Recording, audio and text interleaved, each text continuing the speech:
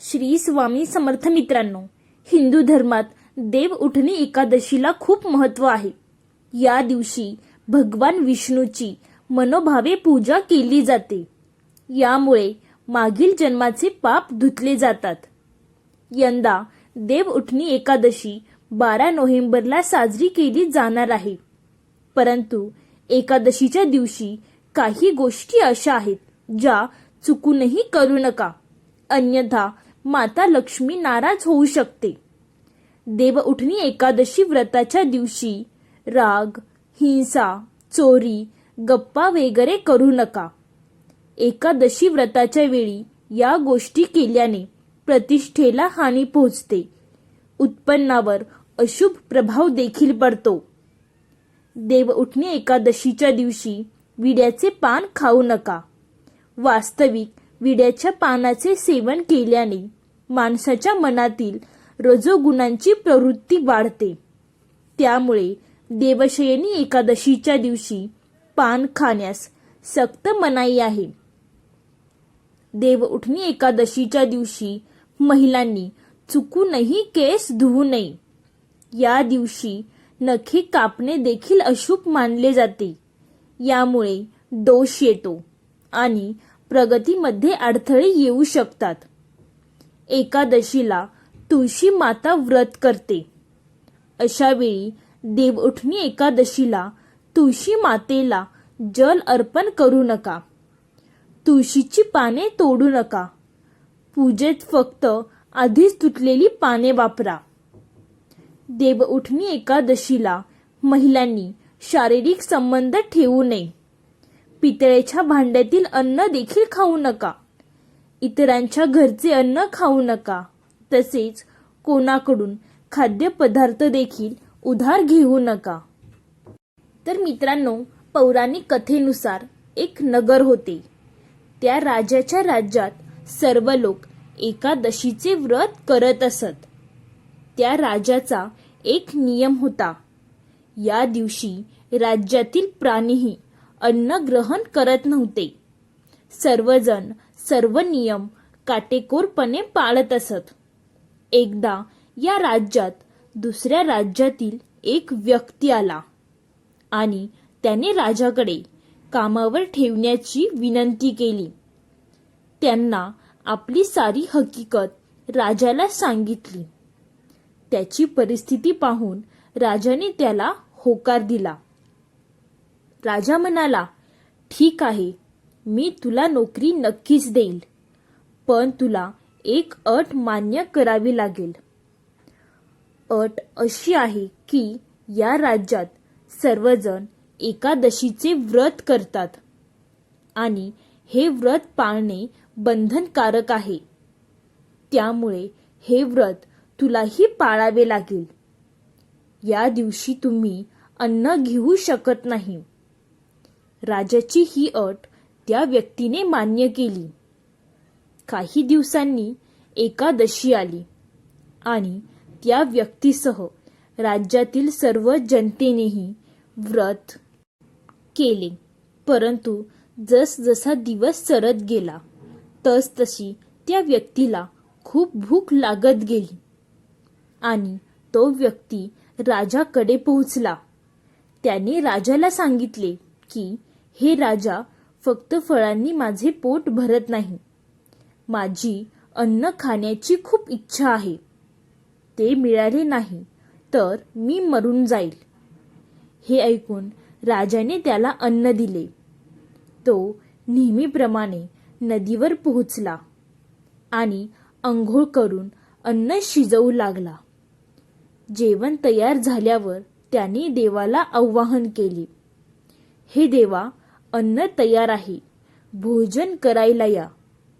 त्याने हाक मारल्यानंतर पितांबर धारण करून भगवान चतुर्भुज रूपात आले आणि त्यांच्याबरोबर प्रेमाने भोजन करून अदृश्य झाले आणि ती व्यक्ती आपल्या कामाला गेली.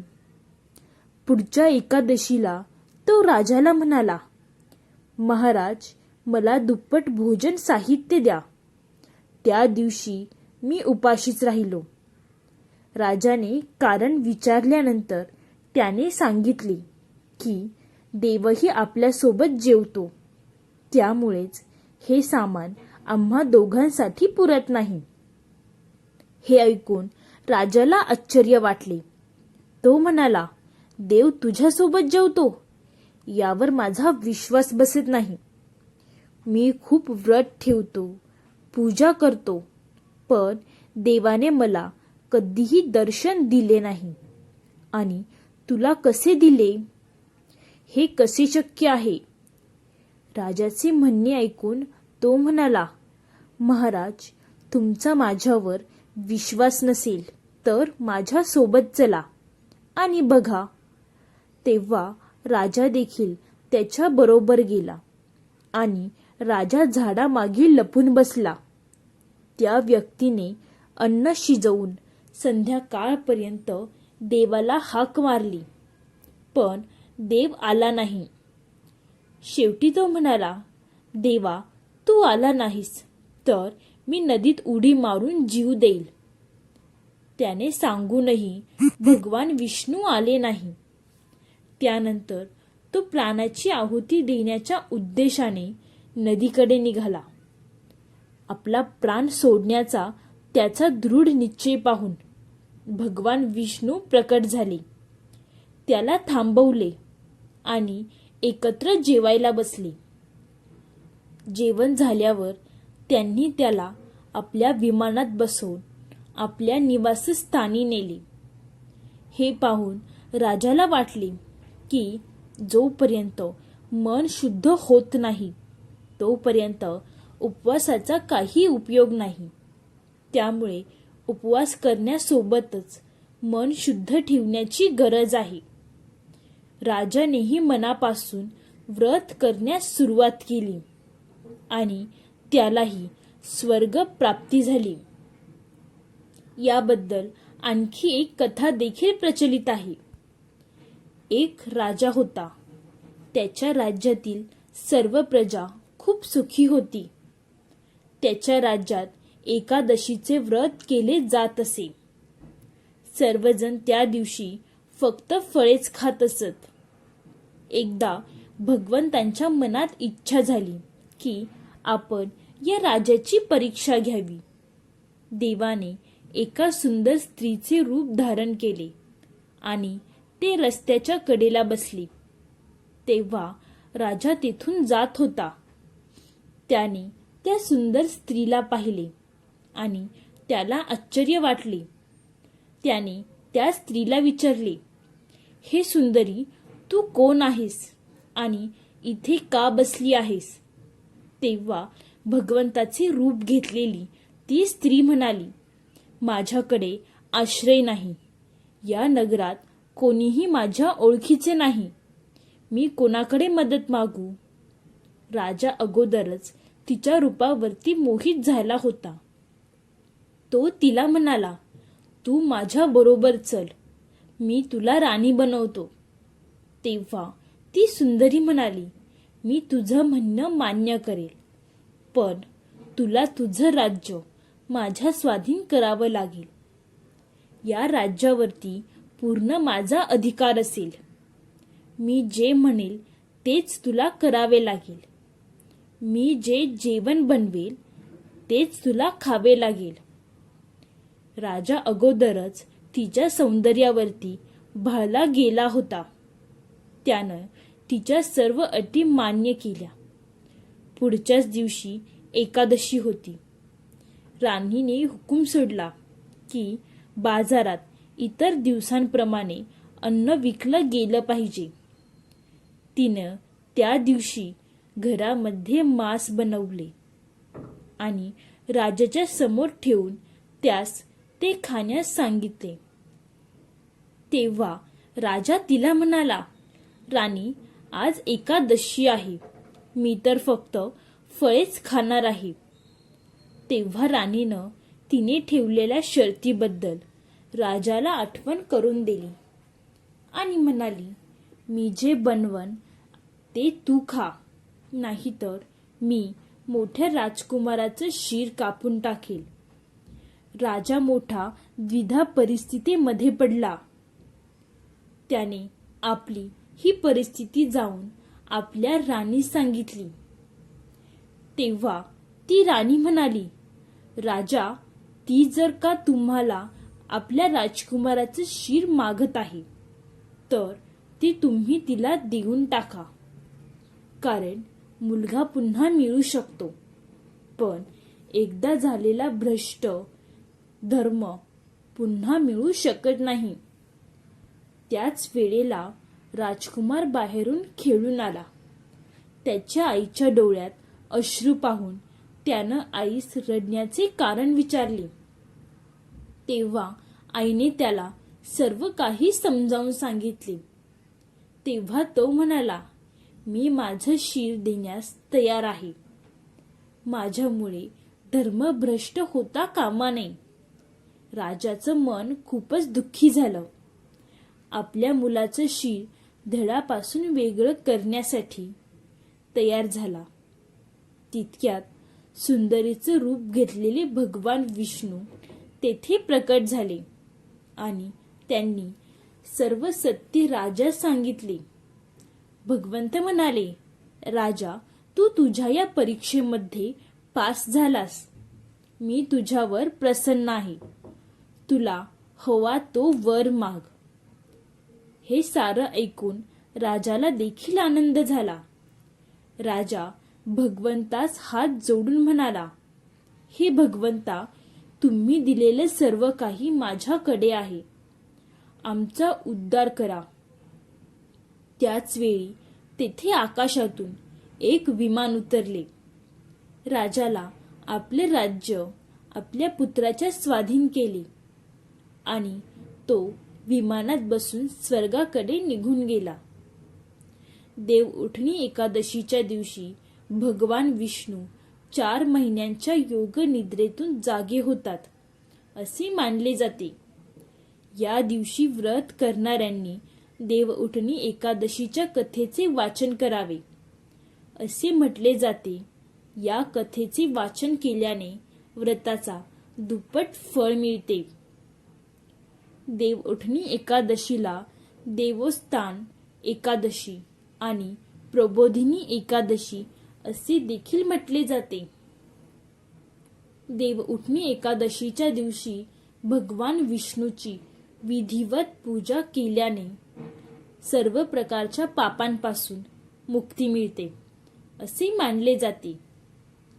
या दिवशी मांगलिक कार्य सुरू होतात.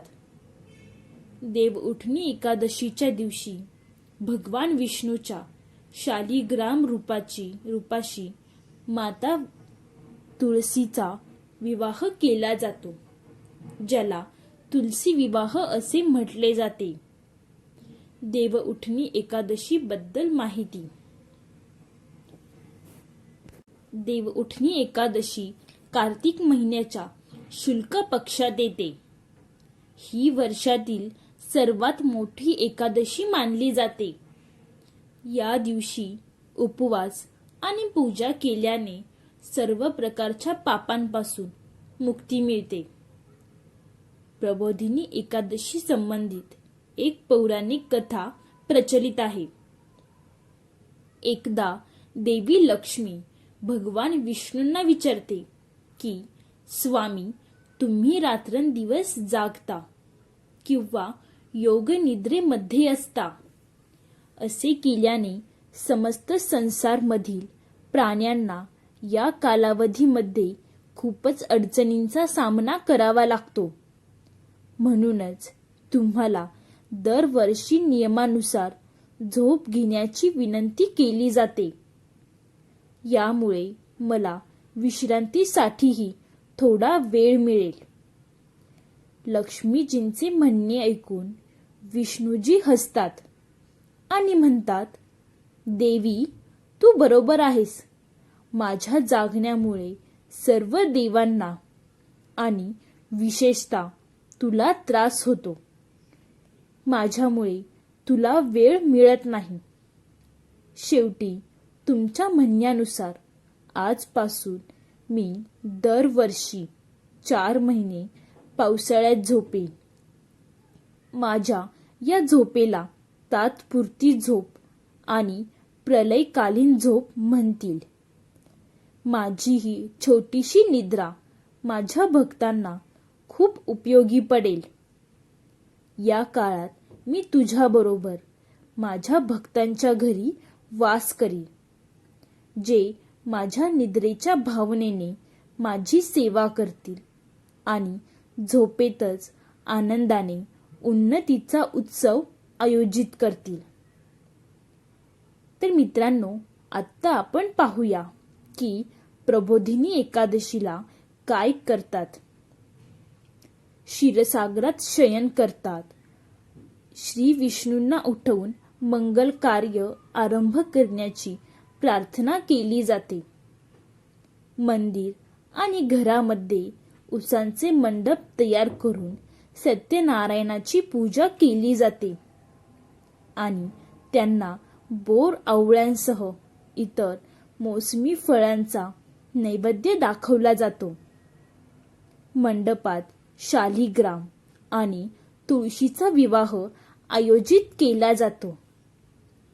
मंडपाची प्रदक्षिणा घालून अविवाहित लोकांच्या विवाहासाठी प्रार्थना देखील या दिवशी केली जाते. या एकादशीला शालिग्राम, तुळस आणि शंख यांचे पूजन केल्याने पुण्य प्राप्त होते.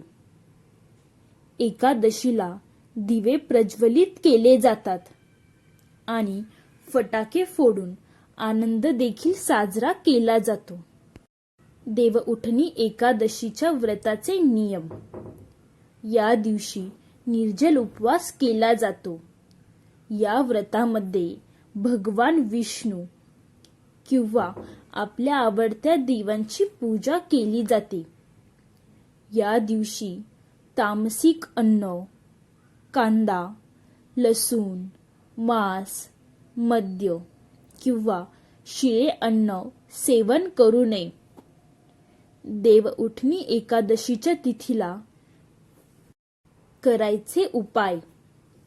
एकादशीच्या दिवशी प्रथम भगवान विष्णूंना गाईच्या दुधाने शंख भरून स्नान करावे आणि नंतर गंगाजलाने स्नान करावे.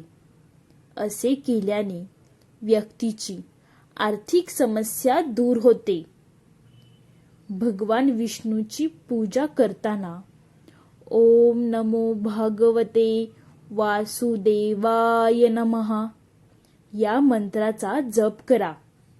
यामुळे आयुष्यात येणाऱ्या अडचणी दूर होतात. भगवान विष्णूच्या पूजेमध्ये शुद्ध तुपाचा दिवा अवश्य लावा आणि त्यात तुळशीची डाळ अर्पण करा. कार्तिकी एकादशीला भगवान विष्णूच्या शालिग्राम रूपाची पूजा केली जाते. यासोबतच तुळशीला लक्ष्मी स्वरूप देखील मानले जाते. या दिवशी शालिग्राम आणि तुळशीला दुधाने स्नान घालावे आणि असे करताना ओम नमो भागवते वासुदेवाय नमः या मंत्राचा जप करत राहावे. या उपायाचे पालन केल्याने देवी लक्ष्मी तुमच्या घरात नेहमी वास करेल. कधीही पैशाची कमतरता भासणार नाही. देवउठणी एकादशीला पूजेच्या वेळी तुळशीला तुपाचा दिवा लावावा आणि या दिवात कापसाच्या वातीऐवजी कलवेची वात वापरावी. कार्तिकी एकादशीपासून कार्तिकी पौर्णिमेपर्यंत दररोज तुळशीच्या झाडाजवळ हा दिवा लावावा. हा उपाय केल्याने तुमच्या घरात सुख, समृद्धी आणि शांती वाढेल आणि देवी लक्ष्मीची कृपा तुमच्या घरात सदैव राहील. देवउठणी एकादशी मुहूर्त. पंचांगानुसार कार्तिक महिन्यातील शुक्ल पक्षातील एकादशी तिथी 11 नोव्हेंबर रोजी संध्याकाळी 6:46 सुरू होईल. त्याचवेळी 12 नोव्हेंबर रोजी दुपारी 4:04 संपेल. अशा प्रकारे देवउठणी एकादशी 12 नोव्हेंबरला साजरी केली जाणार आहे. दुसऱ्या दिवशी तुळशीचा विवाह साजरा होणार आहे. एकादशी व्रत पाळण्याची वेळ. देवउठणी एकादशी व्रत 12 नोव्हेंबर रोजी सकाळी 4:42 ते 8:51 पर्यंत आहे.